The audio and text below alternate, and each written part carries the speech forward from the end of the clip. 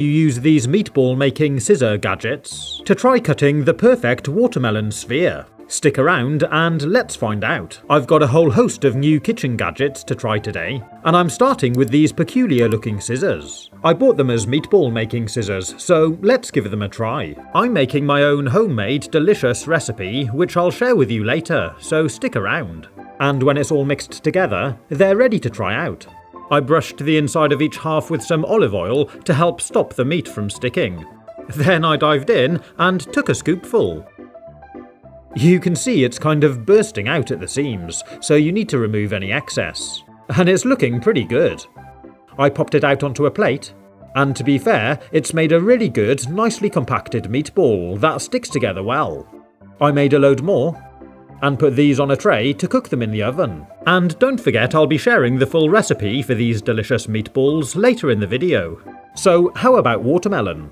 I cut this one in half, and I'm using the smaller sized scissors this time to try and cut a sphere. So the first bite I took out, I just couldn't get any depth. It just took a nibble off the top. Same again. It's too difficult to push the tool in to make a sphere, so this time I'm holding it with a bit more leverage and I'm trying to scoop some out. It's better, but still not very good. So I try to push really hard to take a big chunk out. But again, it's just no good really. Even when I try biting a piece off a corner, like this, it's still not quite as good as I'd like. Not bad though. I do have one of these small watermelon ball making gadgets, which works like this. It takes a little bit of practice if you haven't used it for a while, but after a few tries, you can make a really cool, nearly perfect little watermelon ball. There's just a little bit of a flat side. So I tried doing something similar with the meatball scissors. I couldn't quite get there to begin with, but eventually I was able to make something which looked really good. Pretty cool, huh?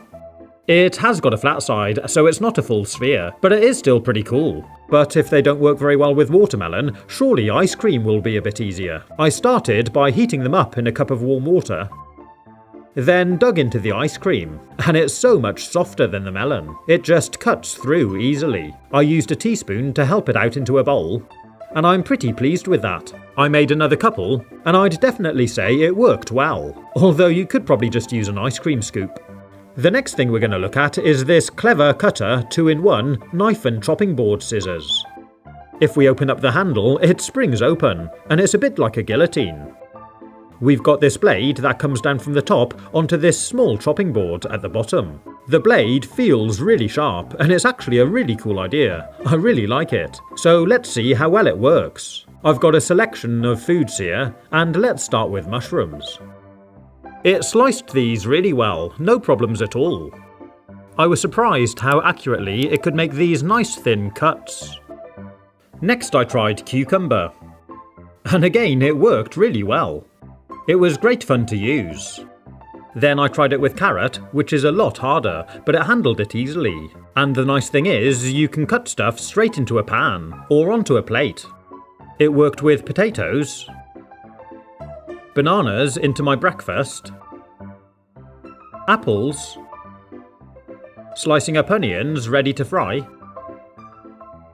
But because these little spring onions are a bit stringy, it did actually struggle a little bit to cut all the way through. I kind of had to twist the produce a bit to cut through the bottom. And it was a similar thing with tomatoes. I had to slide it up and down the board a little to cut through the skin at the bottom. And the same with these chili peppers. But all in all, I'd say it was a pretty good gadget. The build quality of this one isn't amazing. There's a bit of wobble in the handle, so the blade moves around a little when you're cutting. But that wasn't too much of an issue. And you can detach it in the middle for cleaning.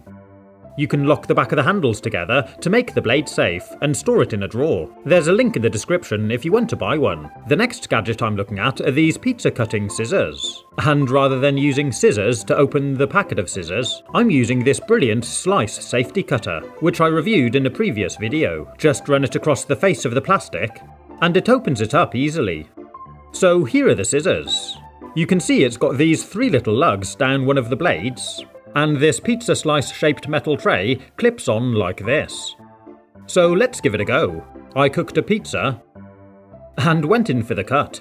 The blades are nice and long and it cut through the pizza easily. And once you've done your second cut, there's your tray for your individual pizza slice. The next slice you take, you can just slide your scissors under the pizza and slice a piece off straight onto the tray. It is quite cool, and it works alright I guess, but I'm not sure how often I'll use it. But one pizza cutter that I do really like is this double-wheeled bike pizza cutter. It's built on a pretty strong plastic frame, it's got a saddle and handlebars, and even comes with its own bike stand. So what's really cool is you can serve it on a chopping board together with a pizza. And when we try it out, it is a bit funny to grip to begin with, but it seems to be doing the job well. And the two wheels help to ensure it cuts all the way through. It's definitely a novelty item, but I really like it, and it would make a great present for anyone who's into their bikes. There's a link in the description if you want to buy one.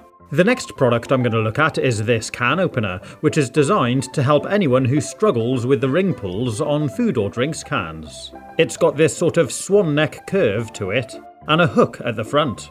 Let's give it a try. So you slide it under the ring pull, like this, then bend it back to lift up the tab, then push it all forward. And it's opened the drink. That was easy. And on this can of food, you just slide it under the ring pull, then pull back on the handle, and it peels back the top. I was definitely impressed with this gadget. I can see how it would be very useful for some people. But there is a bit of a technique to it. If you pull it up too far, you can just snap off the pull. So it's time for my meatball recipe. I started with 500 grams of minced beef in a bowl. If you like, you could use a mixture of different meats. Then I added a bowl of breadcrumbs, another of finely chopped onions. I beat together a couple of eggs and added that. Then added a bowl of grated Parmesan cheese. And finally some freshly cut coriander, which I cut with my herb slicing gadget. Once you've added all those, start mixing it all together. You could use your hands, but I'm using this spatula to cut it back and forth between the meat. Keep going, and whilst you're mixing it, season it with some salt and pepper. And that's our meatball mix made. I baked them in the oven on a medium heat for 25 minutes, until they were browned and cooked all the way through. Then I transferred them into my pan of tomato sauce. This was a blend of tomatoes, onion, mushrooms, garlic, and some sweet corn. I left them stewing in here for 10 minutes, then served them on a bed of tagliatelle with plenty of sauce. Finally, I drizzled over some olive oil and added some fresh basil. And it's ready to serve. If you want to see more of my kitchen gadget videos, or maybe some cooking or food hacks, you can click on the links. Have fun, stay safe, and as always, thanks for watching.